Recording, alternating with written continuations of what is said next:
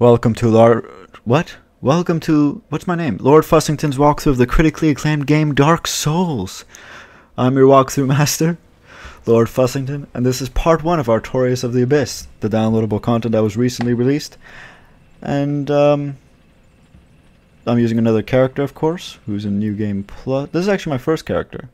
You see a crystal golem on the far right? Well, that's who we're going to kill. For him to spawn, you need to have downloaded the downloadable content, which I've obviously done because he has spawned. So what we're going to do is kill him. I think I said that already. You want to clear the room. I edited that part out because it took me about 3 minutes since I'm shit. And you kill the crystal golem and you get the broken pendant. So this is the Duke's Archive. Yeah, it's the Duke's Archives, by the way, which means you'll have to have placed the Lord Vessel. Okay, so because you have to, the golden fog has to dissipate for you to be able to access the Duke's Archives. So once you place the Lord Vessel, then you go down Orlando, take a left, kill some sentinels. There's a golden fog gate. Go through it, kill 2 armored boars. There's a bonfire. Rest at the bonfire.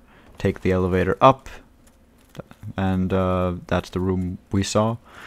And kill the crystal golem. Get the broken pendant, then go all the way here to Darkroot Basin. If you haven't killed a Hydra, who's usually on the right, you've got to kill him. Then you want to travel all the way down, you know, across this, well, lake, I guess. Well, it isn't a stream, so it's sort of more like a lake. Well, I was going to say pond because it's small, but it's not even a pond. It's anyway, this is important, it's a lake. And there's a golden golem at the very end of it. So you want to kill the golden golem, freeing, what's her name? Dusk of Oolacile, or something equally stupid. So you want to save her. Well, you do save her if you kill the golden golem. And you can talk to her, you can buy her stuff. Well, you'll have to summon her, but it's not really important. You just want to kill the golden golem. Then you want to talk to her, then you want to reload.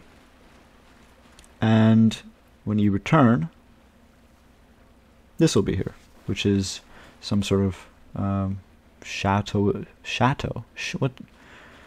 I meant shadowy portal, but shadowy portal is just as good, I suppose. It means the exact same thing, in fact. Fantastic commentary, just absolutely fantastic commentary. See, this is why people prepare before they do things.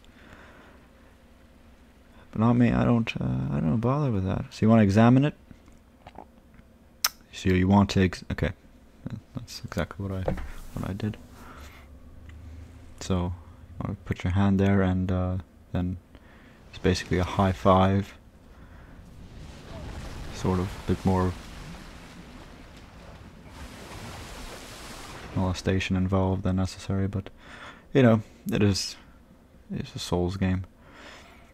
Okay, so now we're here, which is the Sanctuary Garden. I had no idea. And you want to rest at the bonfire, or I guess I'm lighting it first, and then you rest. Excellent. So I think that was all really well done. Did I miss anything? I don't think so. Okay, so now,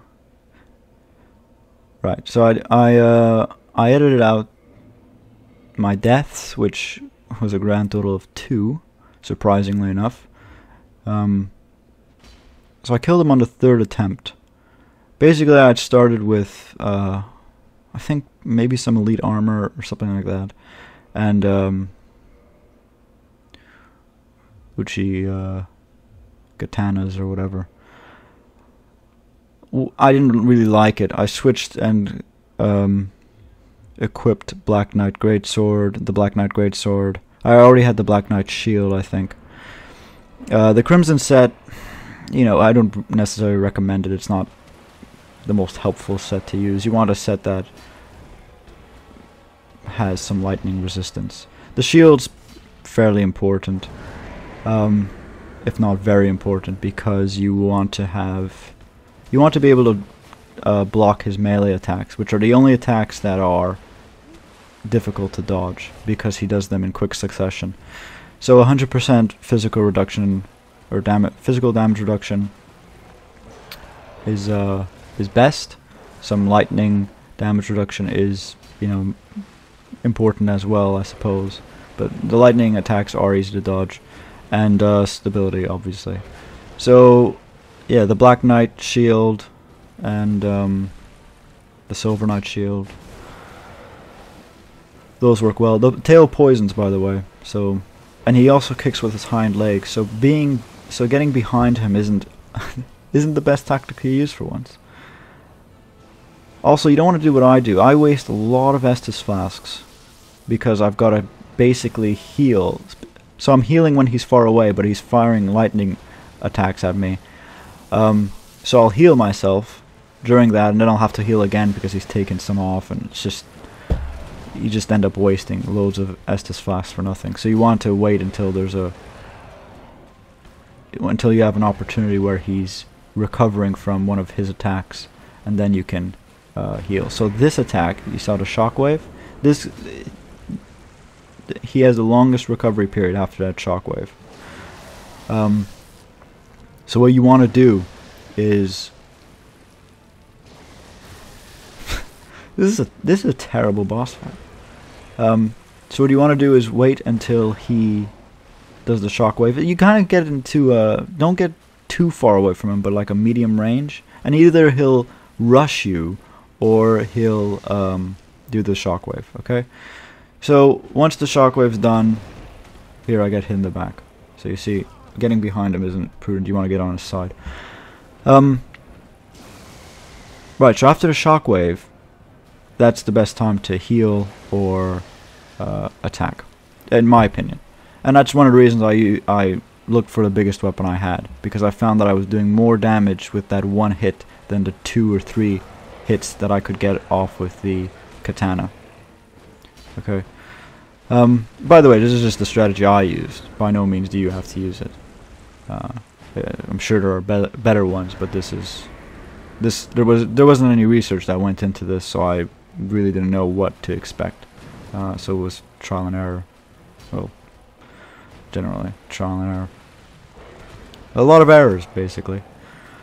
What else is there to talk about?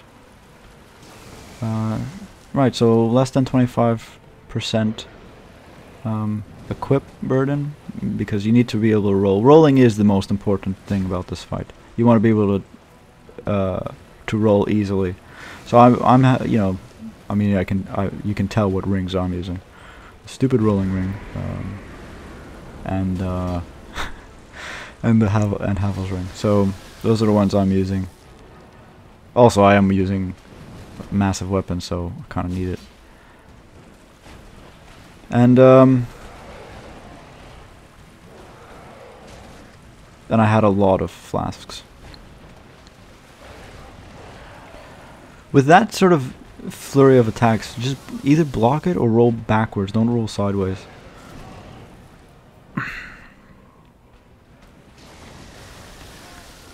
So right at the end, and that really hurts. You don't want to get hit by that. The nice thing about this fight is you don't have to. His attacks are so quick that most of the dodging is really just reflex rather than timing the roll.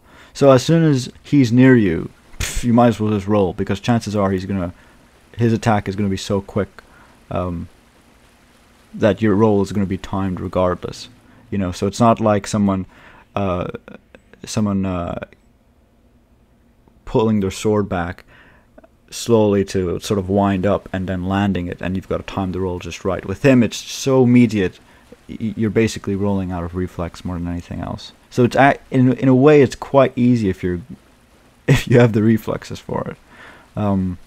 It's also really easy if you have a lot of health, if you have lightning resistance, if you have. But you usually don't really get hit by lightning unless you're drinking from an Estus flask. And yeah, not the hardest enemy, but by no means is he easy. You know, you have to be able to dodge properly. Have a 100% physical damage reduction shield, and you should be fine. So thank you very much for watching. I've been Lord Fussington. Kindly rate, comment, and subscribe. The next video will be Part 2 of Artorias of the Abyss. downloadable content. Thanks.